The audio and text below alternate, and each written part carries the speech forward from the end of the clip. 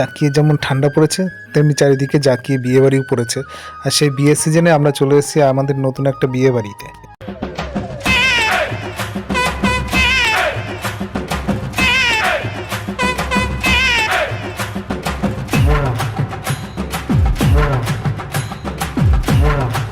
আর এখানে এসেই আমাদের অনেক আত্মীয় স্বজনের সাথে দেখা হয়ে গেল।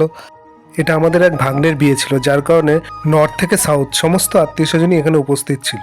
আর আয়োজনটা করেছিল বিরাট, একেবারে তাকিয়ে দেখার মতো। যখন ভেতরে ঢুকছি তখন মনে হচ্ছে যেন বাহুবলীর কোনো সেটে ঢুক। আর এই হচ্ছে আজকে আমাদের গল্পের মেন হিরো আর হিরোইন।